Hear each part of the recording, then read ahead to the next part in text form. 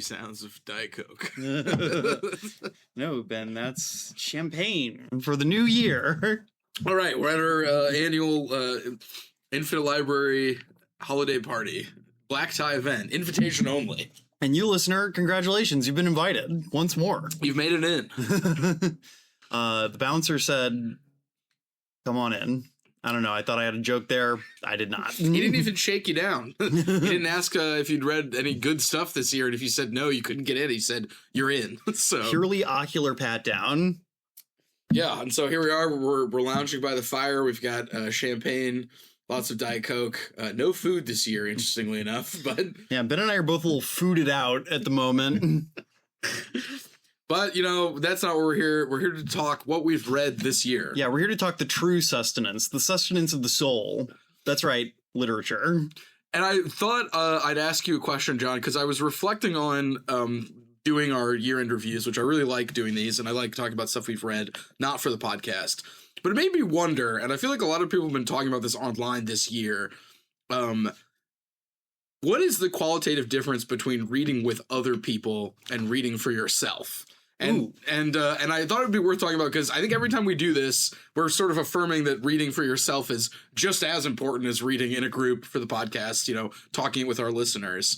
But we also go to various book clubs to read with other people.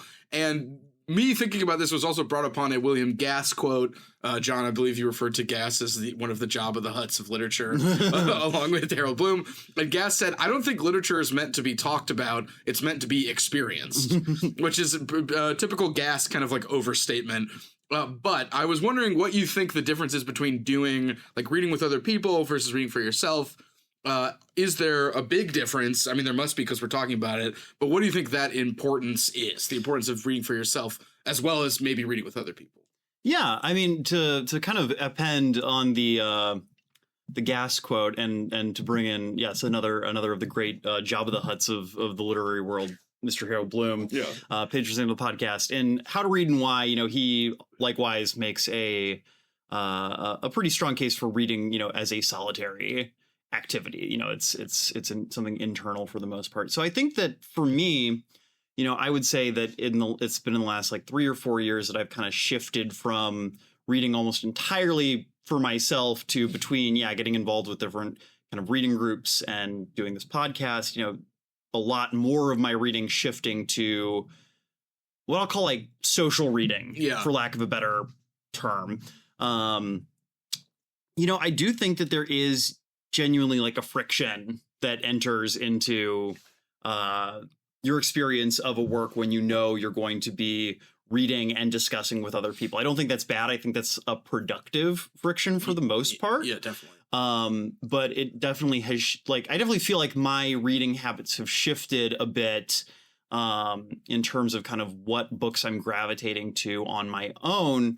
You know, the things I'm reading on my own tend to be stuff that is like very different from what we're doing for the show, generally speaking. I'm generally reading either stuff that's like very pulpy and like very, you know, fun.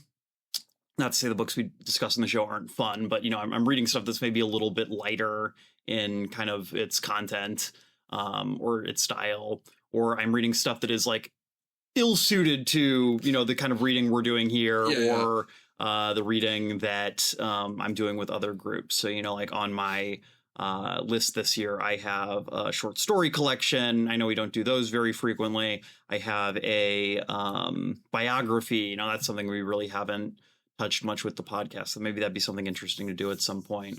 But in terms of kind of what that qualitative difference maybe is between social and kind of solo reading, I think that it is very much like, it's about the experience. It's about, you know, what you're getting out of it.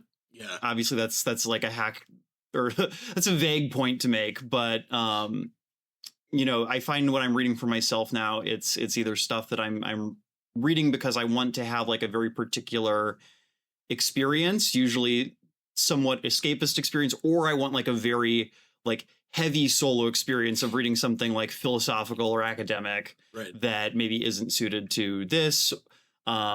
or, maybe isn't suited to like another reading group I'm part of. Whereas those other books, there are definitely books that are more suited to like having conversations about. I think that's something we've run into. Yeah, definitely. Planning the show. It's like, sometimes we'll hit on a book when we're planning a new season, and it's like, well, that sounds interesting, but does it really like fit how we generally do things? Yeah, could we talk about it? Yeah. Is there enough here to hang our hat on, so to speak? Is there like enough of a structure here that we can like discuss it without just kind of feeling like we have to explain the whole book to the audience?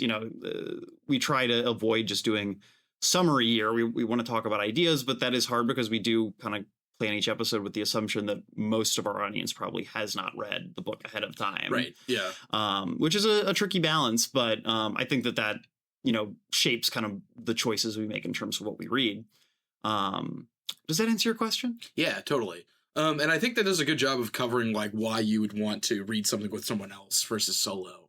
And I think like what made me think about it was I feel like was a couple of the books on my list like I read with other people, but when you read something by yourself, I think it's cool because you get to pick like what you're doing, why you want to do that, what you're going to get out of it.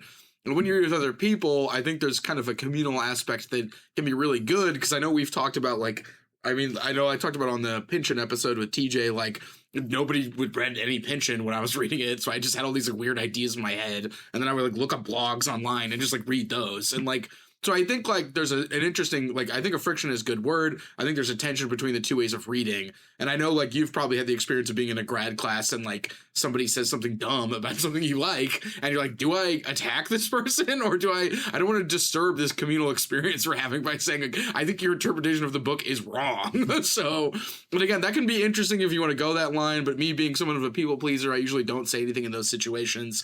And so I think it's important to do both. And I think a lot of people want to read with other people because they don't like reading alone. But I think that takes away like some of the best stuff about reading alone, which is getting to pick what you want, getting to have an experience on your own, and maybe just not even telling anyone about it because you don't have to necessarily tell everything we do to everyone. Although as podcasters, we do. But I still think it's important to celebrate that aspect of it. So basically, I like what you were saying. And to my 2 cents was I think both are important. And I think it's worth doing both in some ways. Yeah. So. I mean, I what you just said gave me some further thoughts if I might share. But I feel like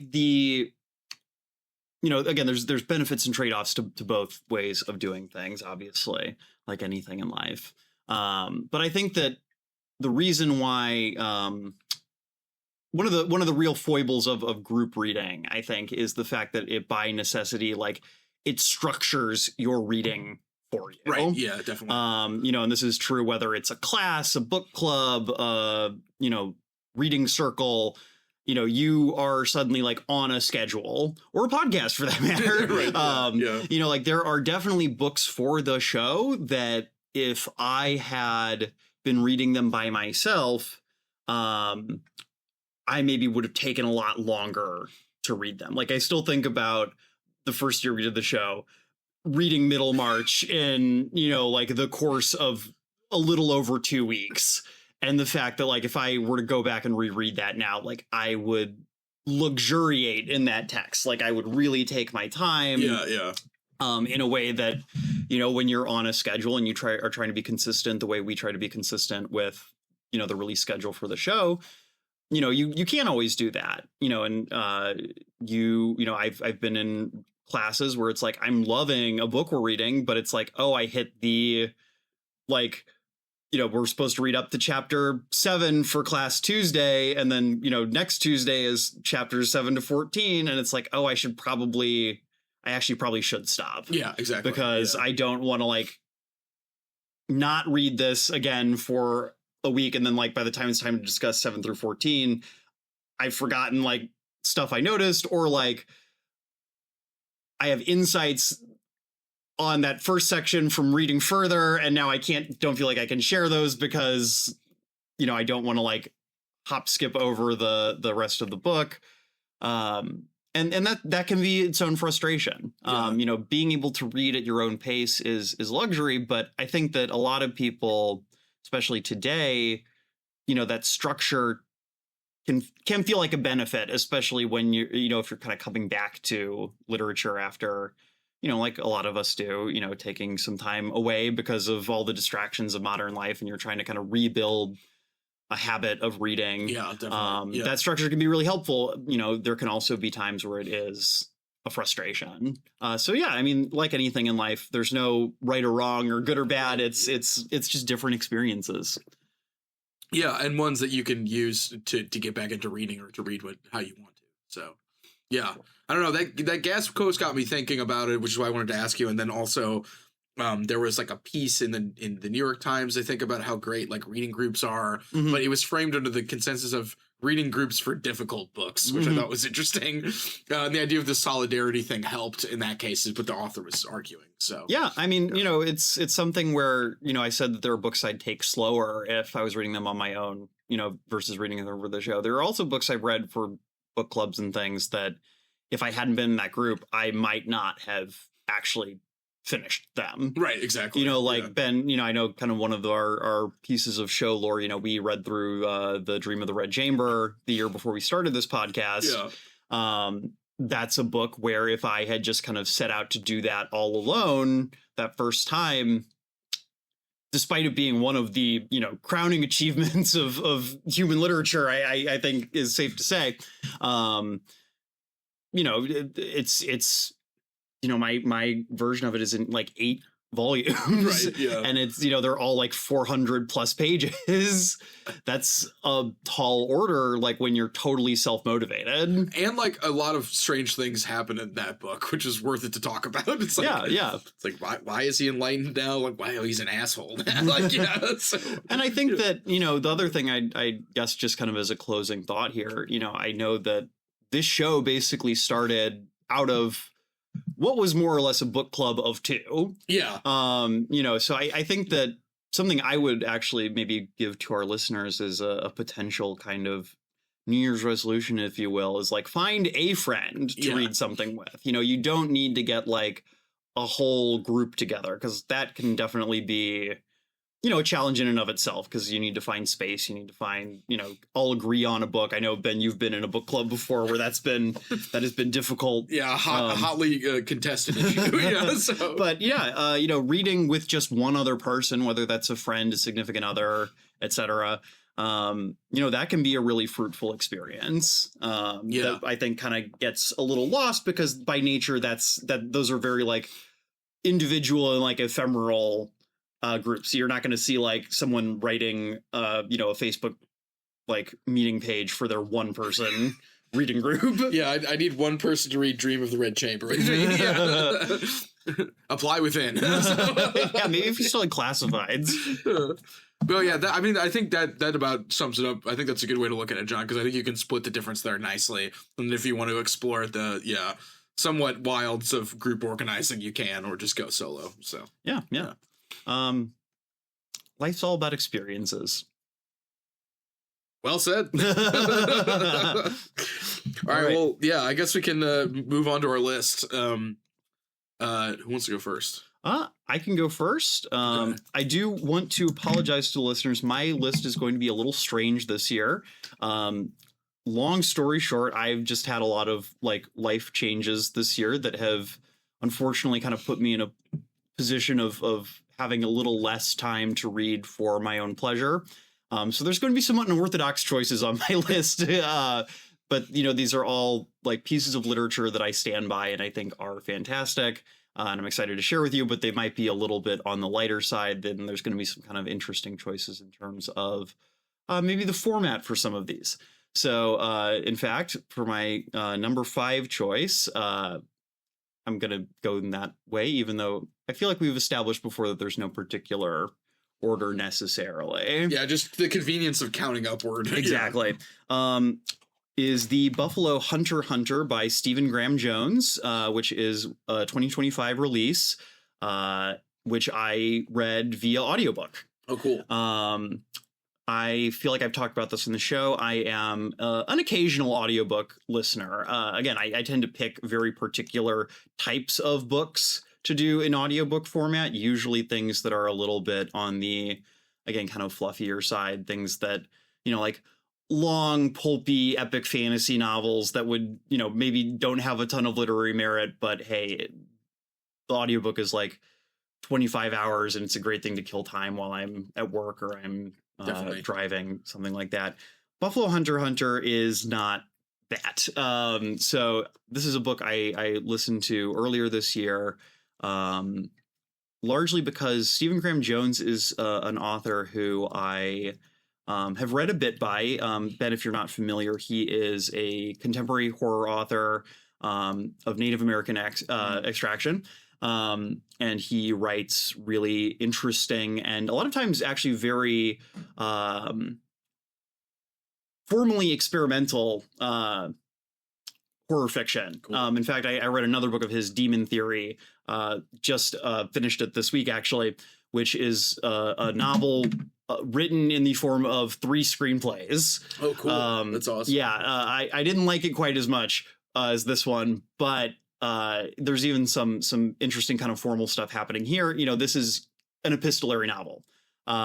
It is a vampire novel, so definitely kind of drawing on that Dracula tradition a little bit. Yeah. But it is told in the form of 3 kind of running narratives with 3 different voices, and the audiobook version voices each of those with a different voice actor reading the narration and giving very strong character performances across the board because, these are all first person narratives. Mm. And so, you're getting kind of that very grounded, it's not like, I don't want to say actorly necessarily, like it's not hamming it up or anything, but it's, I mean, there's a gothic tone there for sure. Nice. But, each of these characters has like a very distinct voice, and that comes across really, really strongly in the text. Or in the recording. But yeah, it's a vampire story taking place in the Wild West. It kind of takes as its main character this figure of Goodstab, a Native American vampire who takes it upon himself to try to, in some way, take revenge for what has happened to his people, his land. The animals they share it with, through kind of this gift of inhumanity he does not ask for. Yeah. But it's doing a lot of interesting stuff with kind of like Western narratives, with vampire narratives.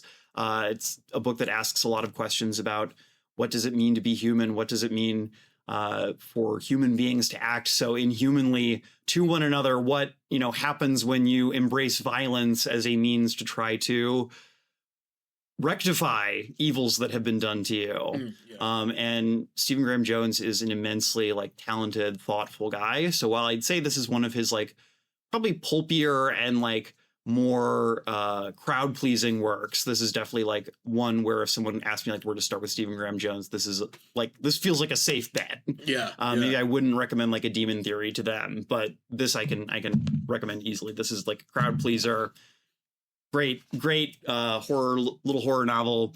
Highly recommend it, and highly recommend the audio adaptation. Yeah, that sounds awesome. I like the idea of throwing all those ideas up in the air and kind of just seeing where they land, in terms of what you're talking about, and also it being just epistolary is also great. So I feel like that's a form that needs to come back in style more. So yeah. Okay, my number 5. Well, so this was long-standing. I believe listeners will remember that John read Dialectic of Enlightenment. I think in 2023, maybe. No, that was last year. Oh, last year, yeah. Well, so I finished it. So I finished it in February. So my number 5 is Dialect of Enlightenment by Max Horkheimer and Theodore Adorno. Probably a bit too overwhelming to attempt to summarize in this kind of year-end review. But I want to mention that I think reading Adorno and Horkheimer is great because there's a sort of cold splash of water to reading them in a way that is meant to kind of shock you out of not thinking about things that you take for granted. And I think a lot of what I took away of reading Dialectic of Enlightenment had to do with stuff about Odysseus, which I think will come back around because no one's adapting it. People are already posting Horkheimer and Adorno's takes on Odysseus on Twitter, which you can look now if you wish to look into the cesspool about that. But their takes are quite good.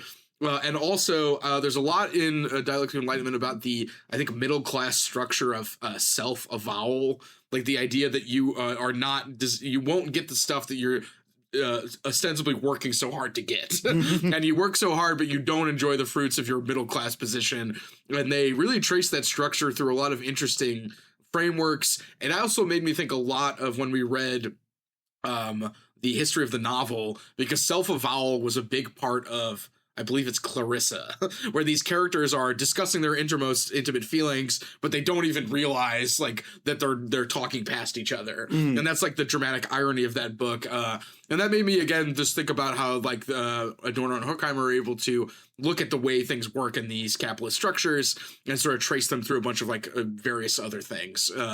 And again, it's sort of like, it feels like getting slapped in the face, which I think is good sometimes if you want to experience that when reading. So yeah, you know, I remember I actually, that was one I read with a reading group nice. in 2024.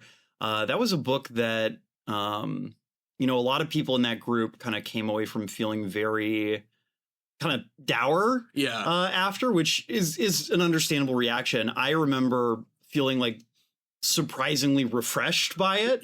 I definitely felt that kind of like cold splash of water in your face feeling, but in this way that felt like enlivening and awakening. You know, I think that it's, you know,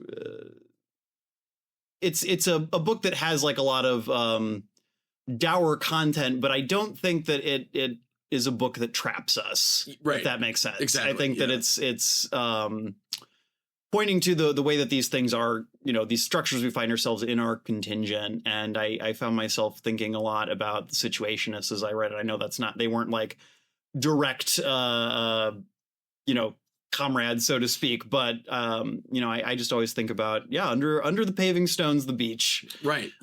Things can be different, but, you know, changing them means we do need to understand like where they come from and why they're here. So right, exactly. And like, and then without going down that rabbit hole, I think it's worth reiterating that point, because I think a lot of people think about Adorno and Horkheimer that they just are pontificating and they don't actually do any action. And if you take them at their word, like, to look at things clearly is a form of action and can be the ground for changing things. And to just kind of say like, well, look at this little weird guy who thinks it's like fascist the way we open car doors. And it's like, you know, you don't have to take everything he says like as on that word, but like they do trace like some really interesting structures of Enlightenment thought in terms of like equivocation and dominating nature that I think we're still dealing with today. And I think recognizing those like can be a form of action. And it's not just like, I don't know. What is it? The Grand Hotel Abyss is what they said about the Frankfurt School. It's not just that. So anyway, that was my number 5.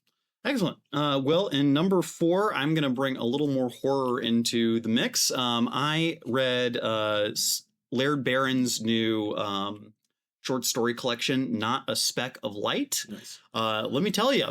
Accurate title. That's great. So I feel like I've talked maybe about Laird at some point on the show before. Again, another like contemporary horror guy. If you're like up at all on modern horror fiction, he's someone you have at the very least heard of. He's written, you know, some really famous books like Imago Sequence, The Croning, both of which I've read and both of which I really, really love. This new collection, I don't think it's my favorite of his, but there are some really fantastic stories here. Some stories that have like, I read this one again, like when it first came out, like half a year ago. And there are still some stories that are like kicking around in my head. In particular, like the closing story, Tiptoe, is one of like the creepiest and like most unsettling pieces of fiction I think I've ever read. You know, it's something where, believe it or not, as someone who's read a lot of horror fiction, watched a lot of horror movies, kind of a little desensitized to some of this stuff. In particular, you know, with the written word, you know, it's really easy to kind of just, you know, you're reading and the fear does not set in because there's kind of not a lot of input outside of your own imagination. You know, you don't have the visual and audio cues that, you know, a film might, that kind of heighten that emotion and really, you know, put your brain in kind of that fight or flight animal mode that, you know, is so thrilling. But the this last story, Tiptoe in particular, like I finished it and like I felt the fear. Yeah. And like I felt the fear like a little bit every time I've thought about that story, like ever since. And you know, I will say some of that is there is some phenomenal artwork in this book. Cool. Each story has like a frontispiece that is just gnarly. It reminds me of kind of like a grown-up version of, you know, like the classic Are You Afraid? Are You Afraid of the Dark? Scary stories to tell. Scary stories to tell in the dark art. Which I actually never read those books because the art scared me too much. But yeah, this is a great collection. If you have ever thought about getting into horror short fiction, I would say this is a great collection just to kind of get started with. Runs a gamut through a lot of different kinds of stories. And that last one just really, really hit me. So great job, Laird. I do believe, just to kind of do a little shout out, give credit where, or not give credit where it's due, but give people flowers while they're here. Laird has been dealing with some health problems off and on for the last few years. I do believe he still has an active GoFundMe to help out with his medical bills. So if you are feeling generous this time of year and you are a fan, you know, maybe throw him a couple bucks. Yeah. In terms of scaring you, John, I feel like if that's not a ringing endorsement, I don't know what it is. So that sounds great. Yeah, I'll have to check that out. So my number 4 is The Sluts, Dennis Cooper. Maybe you've heard of Dennis Cooper. I feel like Dennis Cooper gets touted a lot in the sort of, I guess I would call them like Gen X edgy author group. People like Blake Butler, Apocalypse Party. And I always wondered, like, what was the deal with Dennis Cooper? So I just said, I'm just going to read The Sluts. And wow, what a book. I can see why people like it. I ended up coming a little down on the, like, I respect the game, but I don't, like, love this as much as they do. So the premise of Sluts is that it's the posts on a, I think, about, like, turn of the millennium, like 2003, 2004, gay hookup website. And you basically read all the posts. And very clear, you realize that, like, in this sort of hall of mirrors, like, nothing is really real. And so everyone is constantly performing their desire to each other. Mm-hmm. And one of the male hookups, Brad, gets these, like, stupendously graphic, glowing reviews. And everyone's like, is this guy real? And then you slowly, like, realize, like, what Brad's real life is when he's not on these websites. That turns out to be a performance. Like, the floor is constantly shifting in terms of, like, are these people who are hooking up and looking for their desire real? Are their desires real? There's an incredibly graphic depiction of, like, a castration that then is revealed to be just somebody's kink that they're writing on this board. There's a great joke where somebody gets really into posting, like, or describing, like, celebrities getting, like, horribly disfigured in car crashes. And someone says, look, you can just start your own board over there. This is for gay hookups, not pop stars getting killed in crashes. And then later that guy pops up and he's like, we're having a great time over there if you want to join. Like, we're now talking about the members of NSYNC being disfigured. Like, so like, there's this kind of, like, shifting hall of mirrors elements that remind me a lot of Borges, Where's the Floor? And I took away a lot of just, like, the idea of using this medium of the internet at an early time period, because of 2004, to talk about how desire is, like, performed and then can be kind of, like, immaterial. And so that was the fascinating aspect, is a sort of glittering surface, I would say, of, like, gross stuff, which I enjoyed reading. And again, I get the Dennis Cooper fixation, but I didn't quite love it as I think some of his I don't know, fans would describe it as. So yeah, that sounds really cool. I've heard of the book. This is the first time I've really gotten, like, a handle on this kind of summary you've given. I have two kind of thoughts. One, I love that kind of one of the subplots of the show is the homosexual empire comes for Ben. Yeah. We got you reading Delaney. Yeah, we got you reading Dennis Cooper. Before we know it, we're gonna have you on Fire Island. Well, I mean, if I may say, I feel like when those authors experiment with the form in ways that I think are great, that, like, again, a straight male author probably wouldn't. Yeah. Well, I was going to say, I feel like, you know, it's interesting to me, you know, I don't know about you, Ben. I feel like, you know, we're about the same age. I both say we fall into, like, the zillennial cohort.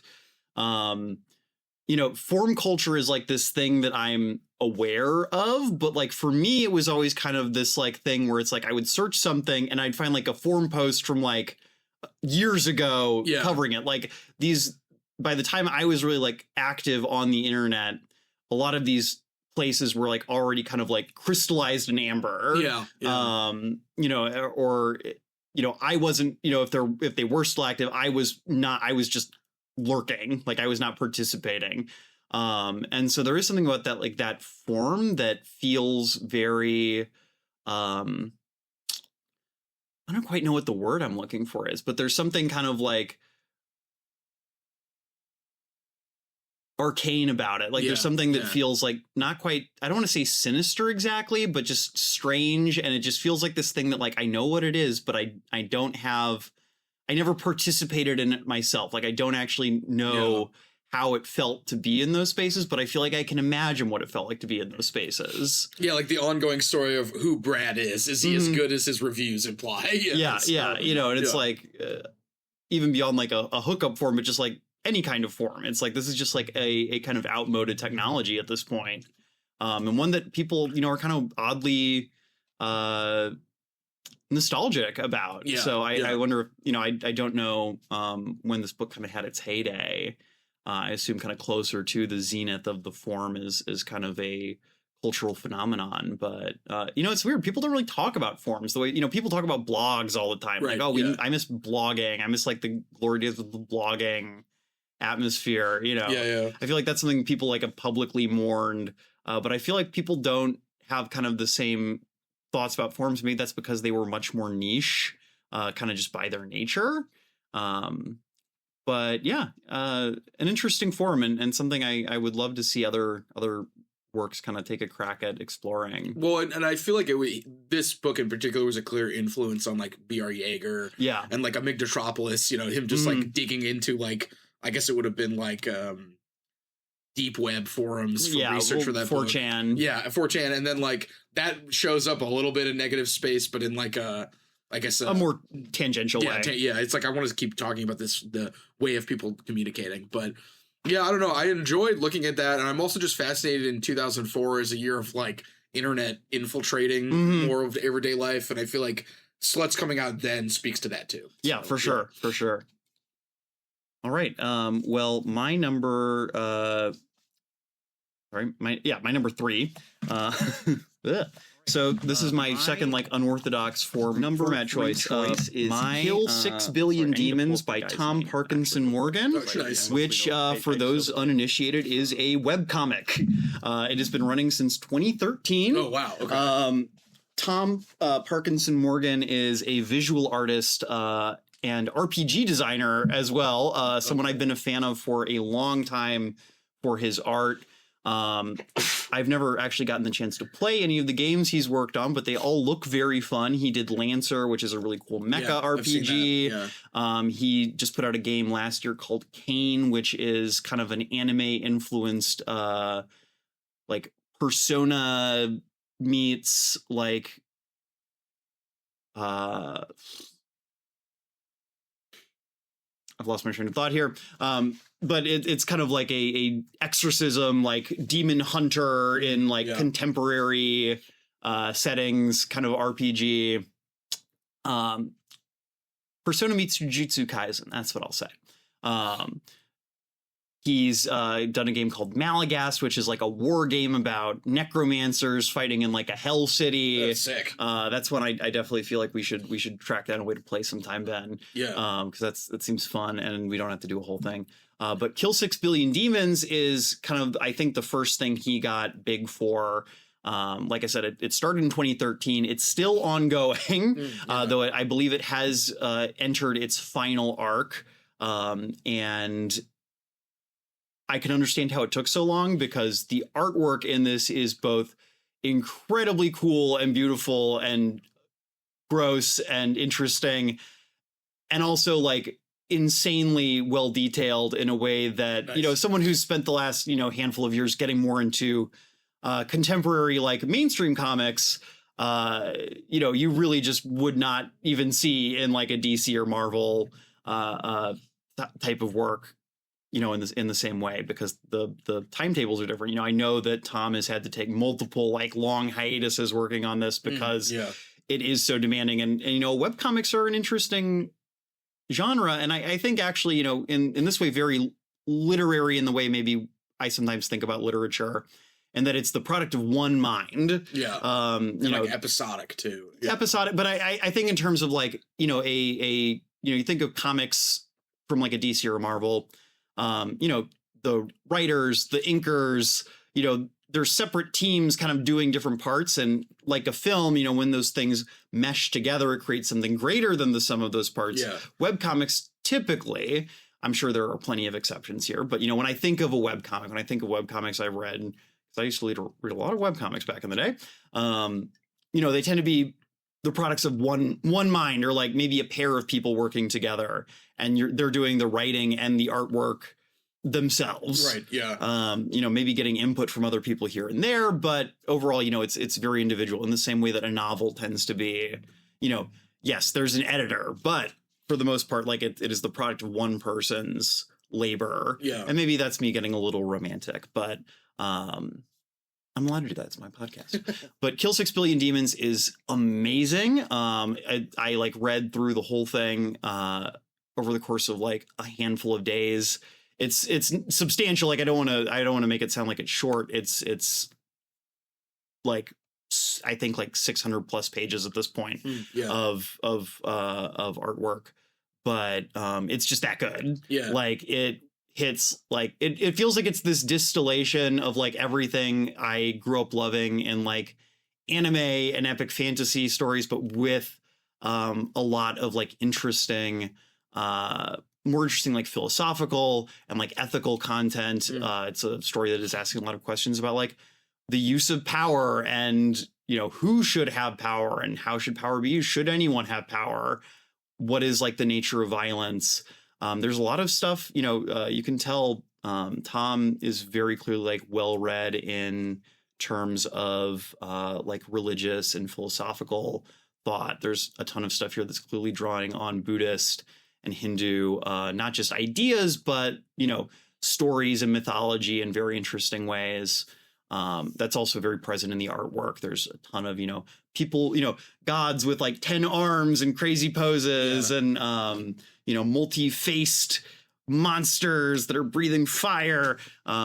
So, you know, and like each page, I think, has like an extra, like basically like little mythological story attached to it from kind of the background of this world he's created. That's cool.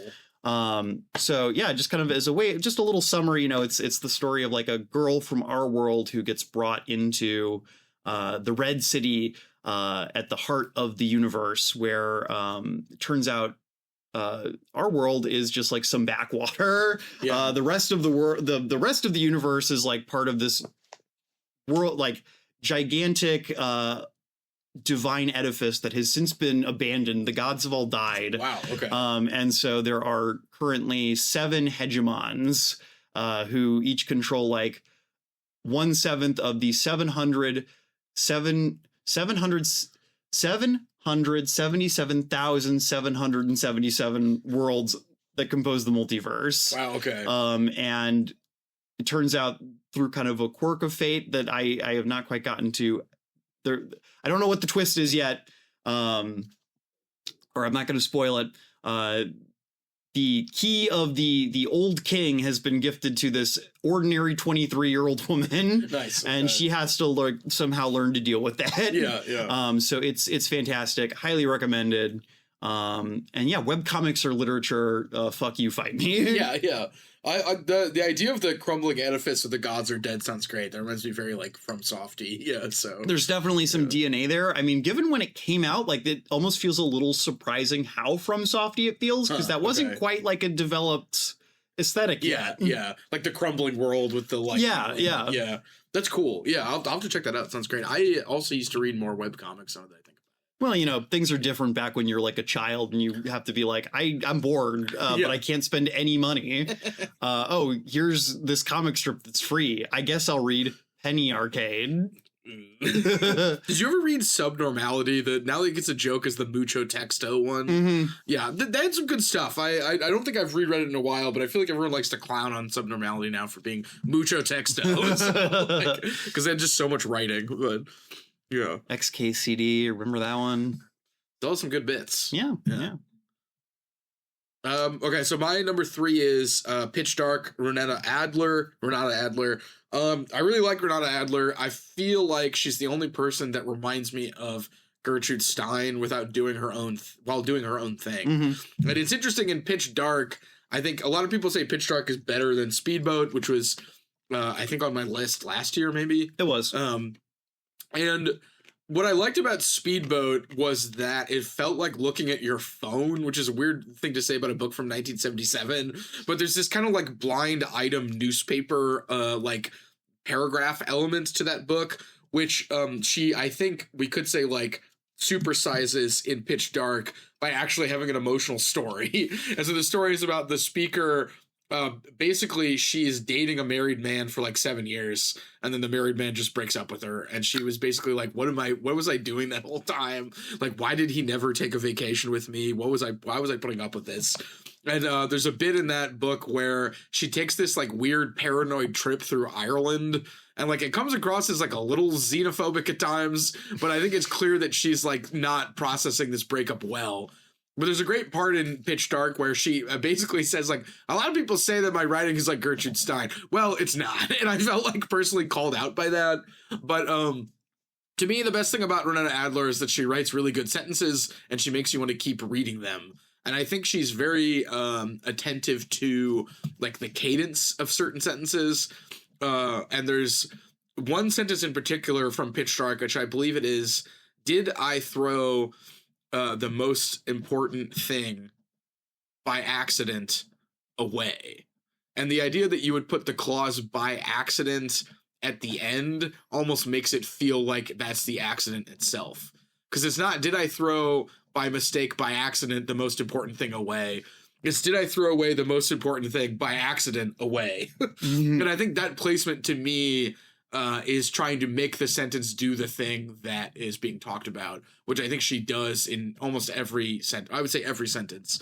And so if we were intrigued by Speedboat, but you don't quite like the like revolving newspaper eye cadence of what's going on, I think Pitch Dark offers like a much more easily relatable emotional through line, and I think evolves her technique in interesting ways. And I believe it was the last fiction book she wrote. So yeah, I really liked Pitch Dark. Definitely view it as a like improvement on Speedboat, but I still really like Speedboat.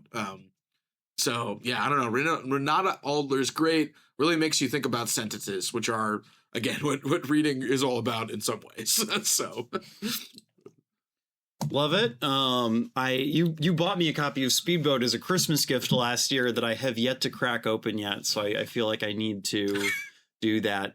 I also need to read some Gertrude Stein. I that is a blind spot for me that I feel like I need to rectify. Maybe we could put it on the schedule. Actually, yeah. Actually, we might be able to fit that in due to an upcoming announcement.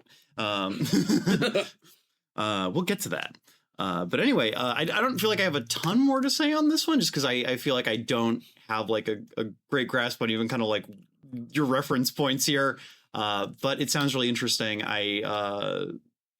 Ireland is an interesting locale for Americans to visit, and I always, and to be like confused and upset in, like she's Yeah. really like her Ireland trip is a lot of like getting invited to somebody's house and then being like, I don't want to be here, and then having to drive in the middle of the night, and then she gets picked up by a truck driver, and then she like lies to the truck driver because she's worried she's gonna get in trouble. Yeah, it's a whole thing. Yeah, Ireland seems like an interesting country because it's like this weird place that's like a post-colonial nation, but it's also full of white people. Yeah. And I feel like that in particular makes it very confusing for Americans to visit. Right, yeah, exactly. And like there's a bit where like she accidentally hits a car in like a parked car, and because she's in a rental car and she didn't pay for insurance, and so the whole time she's like, fuck, what's gonna happen? And she gets taken in by these two Irish guys who basically used that accident for something. And it's revealed later that they used it to try to get the government to buy them a new truck. So they didn't pin it on her, they pinned it on the government. Anyway, yeah, so an interesting setting. And I think as you described it, post-colonial is, I think, a big part of it. So Excellent. All right. Well, number 2 for me is, excuse me. Lord Tiger, and that's Tiger with a Y, like the Blake poem, Nice. by Philip Jose Farmer. Now, Ben, I think this is a book I told you about when I first heard about it. Yeah.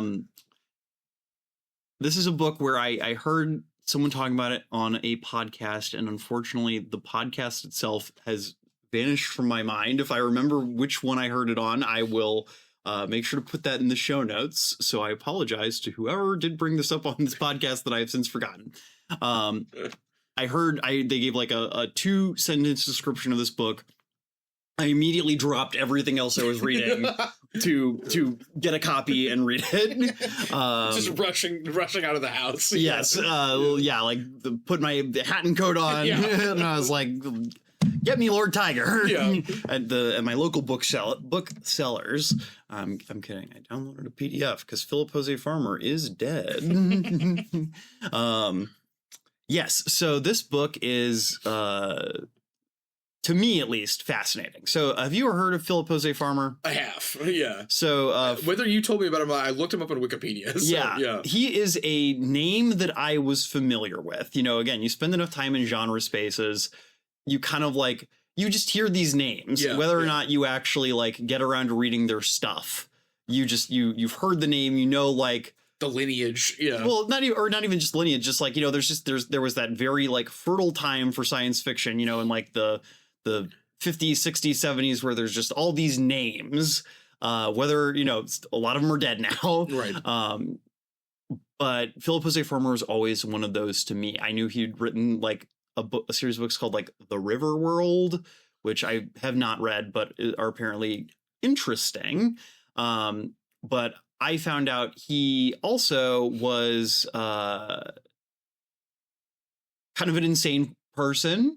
You know, he was an incredibly horny guy. Did not know that. Yeah. I think, you know, there's this assumption that a lot of that like golden age sci-fi is like very sexless, chaste, buttoned up. Yeah, like, or at best, like it's just like very like buttoned down patriarchal sexuality, or like leering, you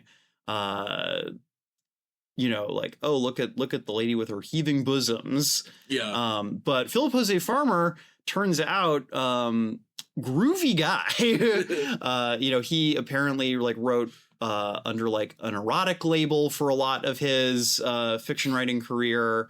Lord Tiger is not a particularly erotic work. There's a lot of sex in it, but it for reasons I'll get into, is not portrayed particularly erotically. Yeah. But he was also like a type of guy that I didn't know could exist at the time that he did. He was like an obsessive fan of like the pulp fiction of his youth, you know, the 30s. So he was incredible. Like he was a huge fan of like Doc Savage and Tarzan in particular. And a huge amount of his work is either a direct or an implicit kind of exploration of the tropes of that school of like old school pulp adventure fiction. Yeah. Including, you know, but not limited to 2 books where he wrote essentially fictional biographies of Doc Savage and Tarzan, where he basically tried to take the whole canon of those characters and like find a way to make like a life story out of these stories that were written, you know, more or less as garbage, like, you know. One-offs. Yeah, exactly. Yeah. You know, the Burroughs was not, you know, paying strict attention to continuity. You know, again, even Conan Doyle was not paying attention to continuity when he was writing Sherlock Holmes. Edgar Rice Burroughs was not paying attention to continuity when he was writing Tarzan. But, you know, I actually read that biography book earlier this year, and I found it very interesting the way he was trying to kind of suture together a life out of these disjointed pieces of you know, fictional detritus, and trying to create something meaningful from like the gaps. Almost like he's a historian or something. Yeah, exactly. Yeah. Or, you know, it's kind of a work of collage. Yeah. But Lord Tiger is also an exploration of like the Tarzan kind of mythos, but in a less direct way, or a more direct way in some ways. Lord Tiger tells the story of a boy who through the machinations of an insane billionaire, or I guess just probably multimillionaire in the context of the story, given how money was back then, has basically been set up to become Tarzan. Wow. Okay. So this, was like kidnapped by this rich guy as a baby. He was like dropped in this kind of like remote sectioned off area of Africa where this rich man has like set up everything to kind of try to recreate the stories he loved as a child, which were Tarzan. Yeah. And it kind of explores the fact that you cannot make that happen. One of the things that is made clear in the book is that he's not actually being raised by apes. He's being raised by like dwarf circus performers dressed as apes, because it turns out if you don't raise a child with language, they don't develop higher mental faculties.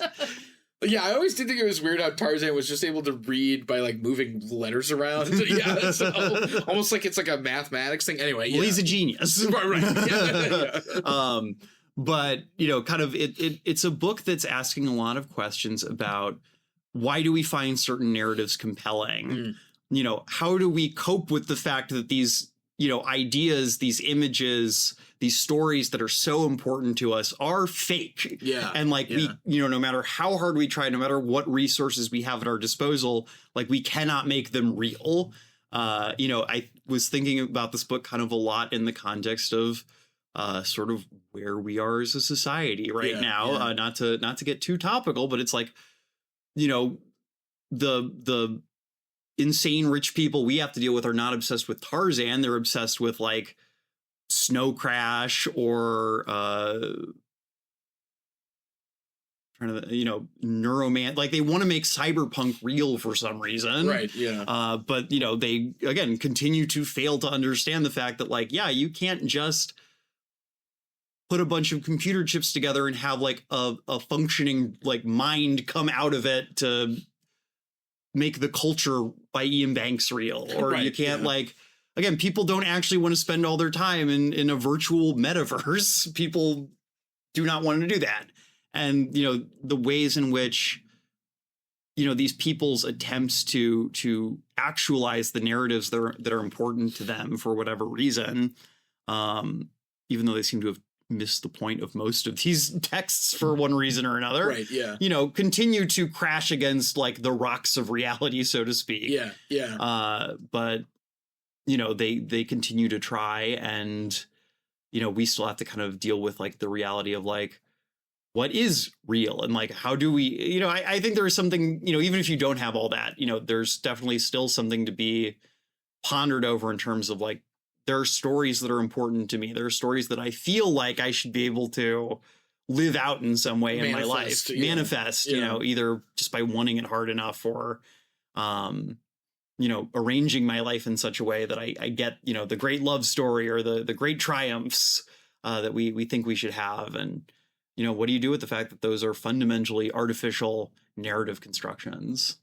Yeah. And that also seems like of a piece with like, I feel like my impression of Jose Farmer, which was like really pushing in boundaries of stuff with what he's talking about, like sexual mores, sexual taboo, also, narrative taboo. And it feels very like supercharged explorations of that kind of like 60s sci-fi stuff. So, yeah. He's someone I definitely want to explore more because I really enjoyed this book. Have not had a chance to pick up something else by him yet, aside from the Tarzan biography. Yeah. But definitely want to give more of his stuff. Yeah, the Tarzan biography, that feels like a Borges thing. That's great. Yeah. So, all right. Cool. Ben. So my number 2, Abel and Cain by Gregor von Rosori. So I was talking to John a little bit before the recording, but one of my fixations, we'll say, one of my hobby horses is Austro-Hungarian novelists.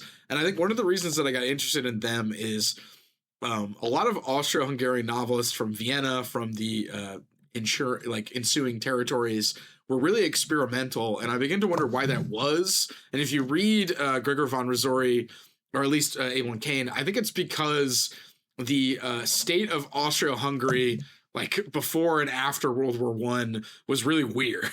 And I think the idea that if you have a weird nation state that leads you to search about for explorations of novels that aren't normal because your country isn't normal. And thinking about that is to accept the idea that like nationhood and literature are really closely related, which is an obvious point, but it's one that I haven't never really thought about. Because you think about like the Great American Novel, it's I'm like, yeah, this is the story of the state of America. And given that Austria-Hungary is so strange, the way it was like this weird floating palace world ruled by Franz Joseph, who was like this heavenly father that everyone looked up to, and then that all basically just dissolved afterwards. And there were all these countries that were a part of Austria-Hungary that didn't have the same ethnic like ties, and they were told they were Austro-Hungarian without knowing what that meant. A lot of like weird tensions that were then blown up, obviously because of World War I. And so Abel and Cain is interesting because Gregor von Rizzori came at the tail end of stuff. So he wasn't Herman Brock, who wrote The Sleepwalkers. He wasn't Robert Musil, who was trying to do like philosophical explorations. He's just like this sort of ex-Romanian like aristocracy. And he apparently had this kind of jaded, like holier than thou persona that everyone got kind of irritated.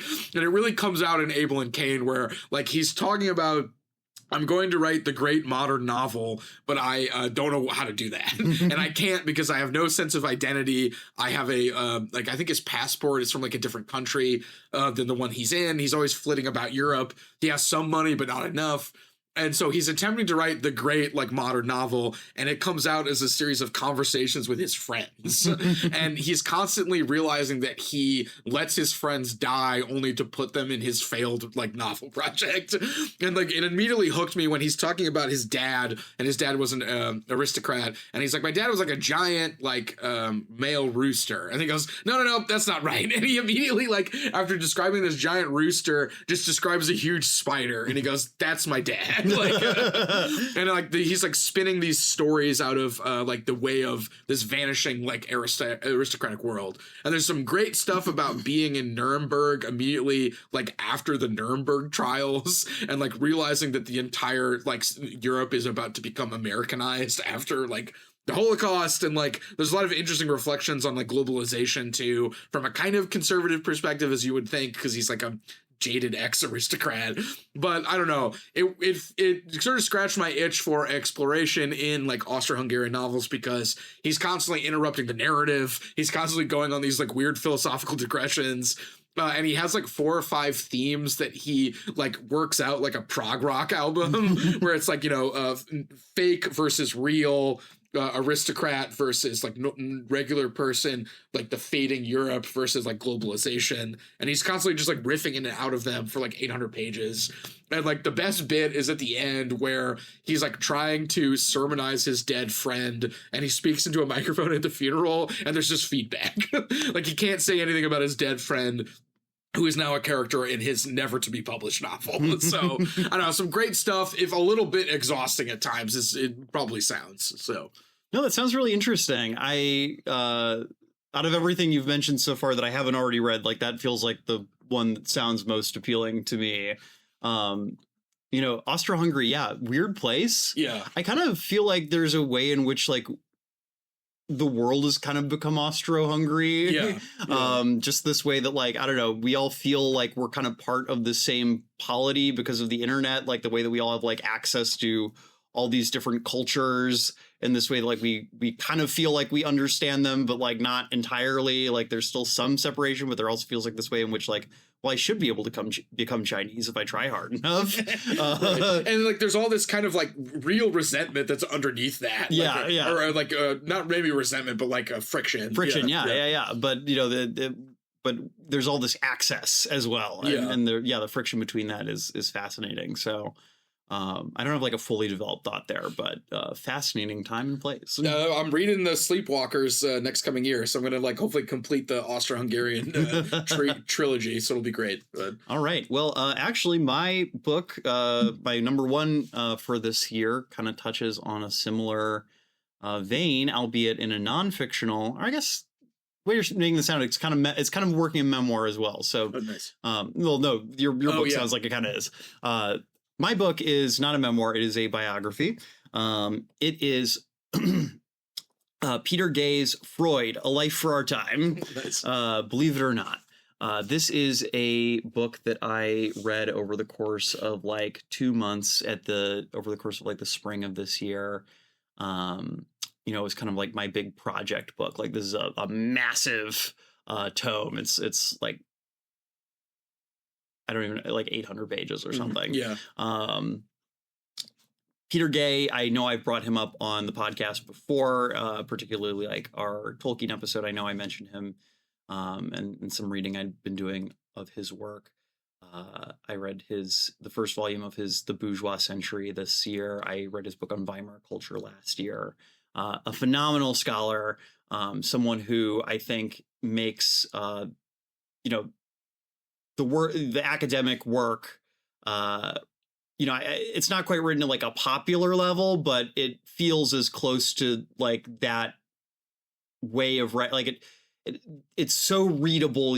I found myself sometimes forgetting that I was reading like an academic text when I read Peter Gay. Hell yeah. The Freud biography is definitely written at, it's not quite academic. It's definitely like biography, I think, tends to be more, popular form. But yeah, I really loved this book. I think, like we said, it's a life for our time. Freud is a figure that, as people listening to the show have probably picked up on since we started, a figure who has loomed large over the last couple of years of my life. Yeah. A thinker that when I initially encountered him in my undergrad, I found myself violently and almost reflexively opposed to, but who, since graduating and experiencing a bit more of life, I've found more and more engaging, fascinating, humane, in a way that feels very powerful to me. I think I've shared on the show, I've been undergoing psychodynamic psychotherapy for the last year and a half or so, and obviously that's very informed by Freud and by my work reading Freud. So reading this book was a really amazing experience. I think Gay does a great job painting a portrait of Freud as I feel like almost kind of silly saying this, but as a kind of an exemplar of humanity, not in a idealizing way, but in a way of like, this is a man who contained multitudes. Yeah. Who had like the best and worst of humanity like inside of him, as we all do. And I think, if with enough access to a person, you can write something like that about almost anyone.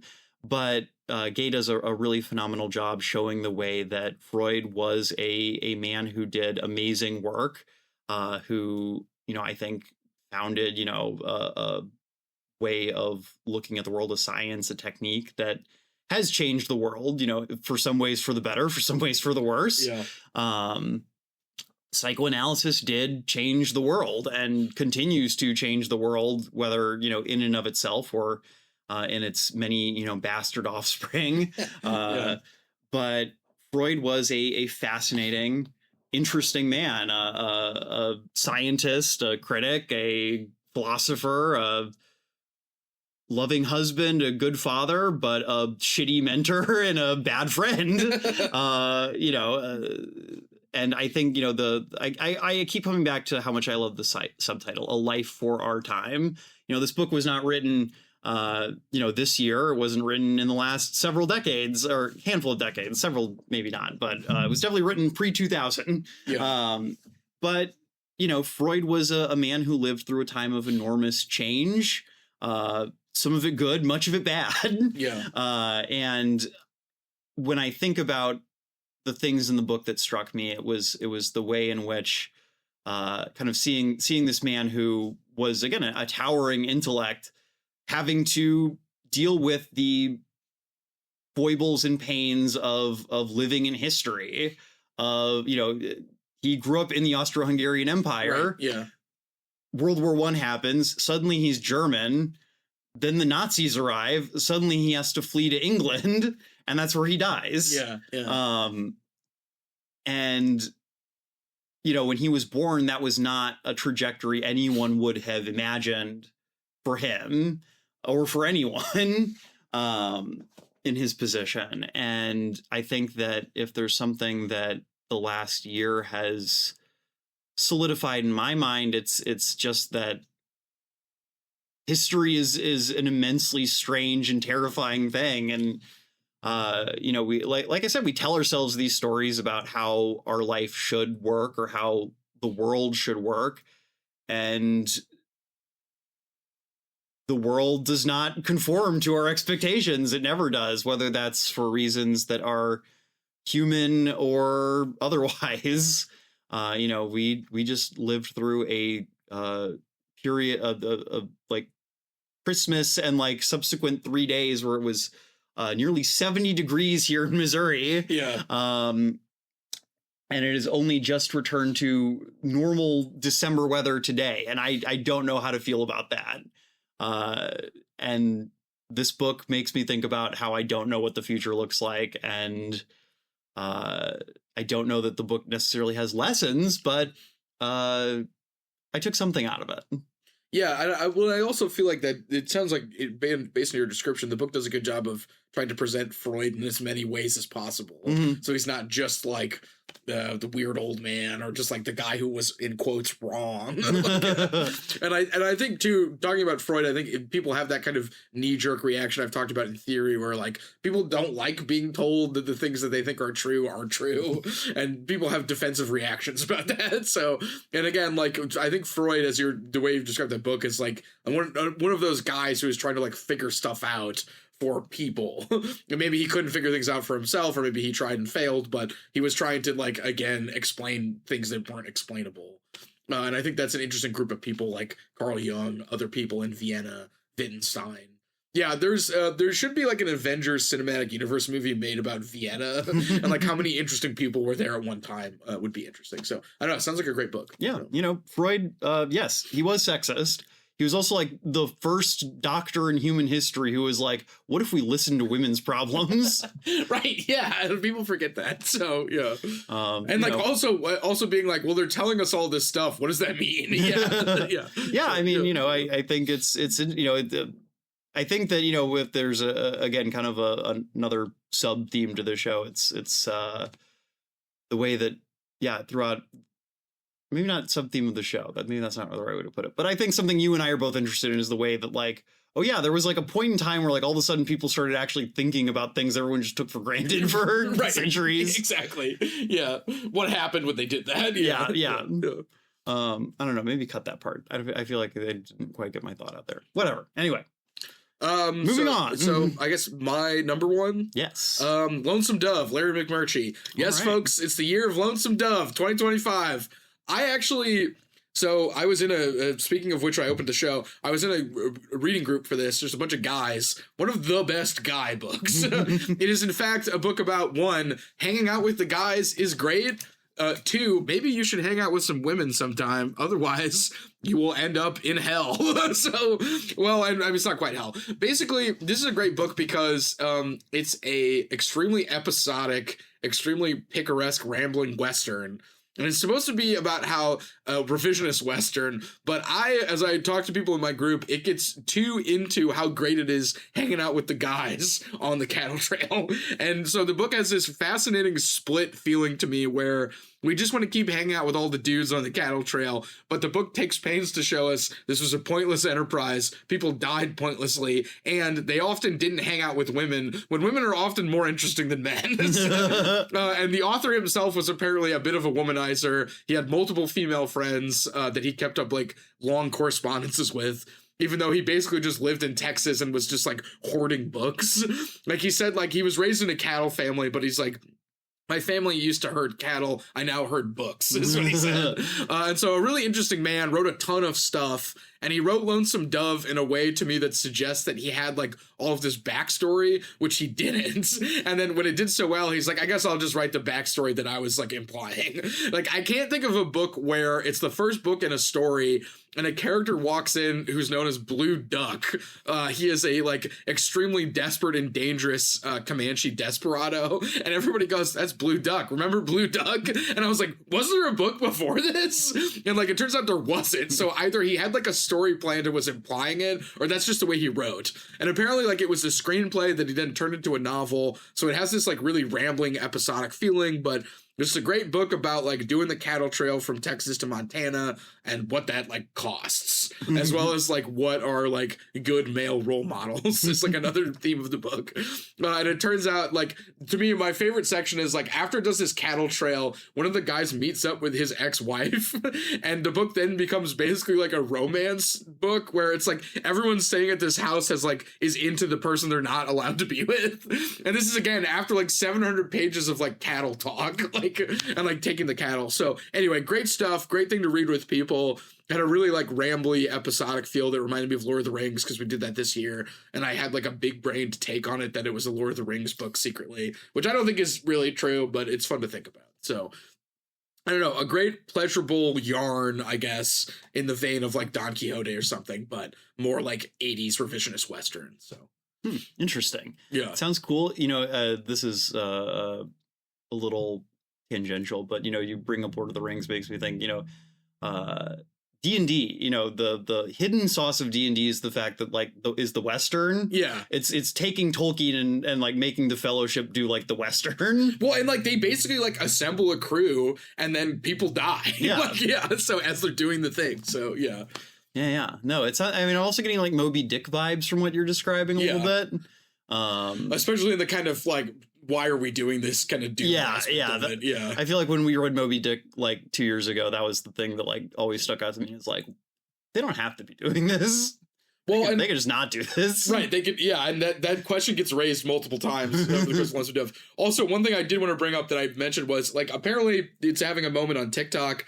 And I asked the guy who suggested we read it if he had heard about that, and he hadn't.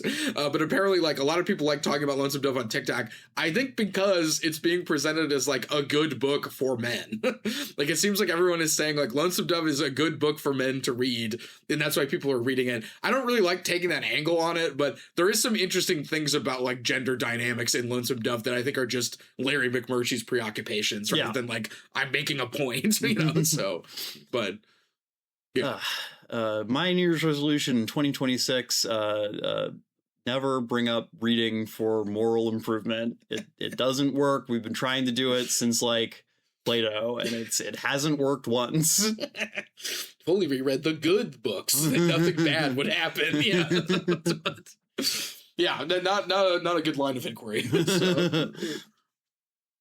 Well, that's another year in the books. Yeah. Get it? I did. Well, listeners, thanks again for joining us for another year. Ben and I have some big plans for 2026. It's going to be great. Going to be a great year.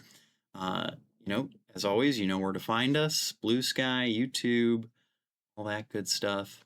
As always, if you have questions or concerns about the show, feel free to shoot us an email. But until the new year, we will be signing off for now. Have a wonderful rest of your 2025. Unless this comes out in 2026, in which case I hope you enjoy your new year. And read some books, whether alone or with friends. Semper Books. Semper Books.